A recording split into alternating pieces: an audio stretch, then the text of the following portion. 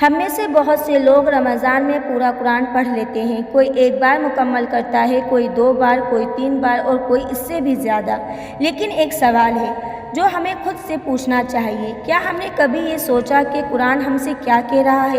اکثر ایسا ہوتا ہے کہ ہم قرآن پڑھ تو لیتے ہیں لیکن ہمیں یہ معلوم ہی نہیں ہوتا کہ اس کے اندر ہمارے لیے کیا پیغام ہے۔ قرآن صرف تلاوت کے لیے نہیں آیا بلکہ ہدایت کے لیے آیا ہے۔ اللہ تعالیٰ ارشاد فرماتے ہیں، یہ قرآن لوگوں کے لیے ہدایت ہے۔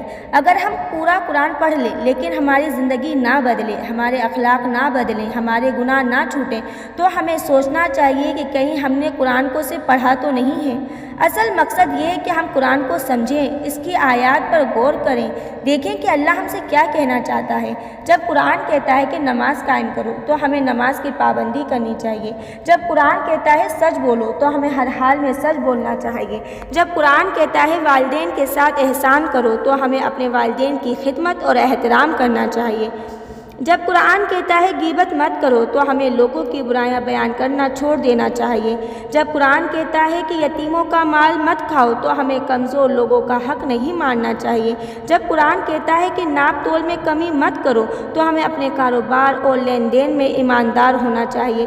جب قرآن کہتا ہے فضول خرچی نہ کرو تو ہمیں اپنے مال کو سوچ سمجھ کر خرچ کرنا چاہیے۔ جب قرآن کہتا ہے نگاہیں نیچی رکھو تو ہمیں اپنی نگاہوں کی حفاظت کرنی چاہیے۔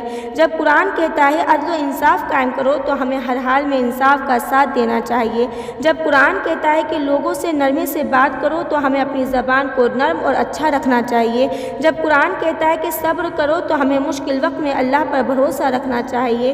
جب قرآن کہتا ہے کہ اللہ کو کثرت سے یاد کرو تو ہمیں ذکر اور دعا کو اپنی زندگی کا حصہ بنانا چاہیے۔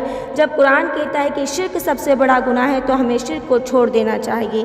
اگر ہم قرآن پڑھیں لیکن ان سب باتوں پر عمل نہ کریں تو ہمیں سوچنا چاہیے کہ ہم نے قرآن کو صرف پڑھا تو نہیں، اس کو سمجھا نہیں، اس کو اپنایا نہیں۔ اصل کامیابی یہی ہے کہ ہم قرآن کو سمجھیں اور اپنی زندگی کو قرآن کے مطابق بنا لیں۔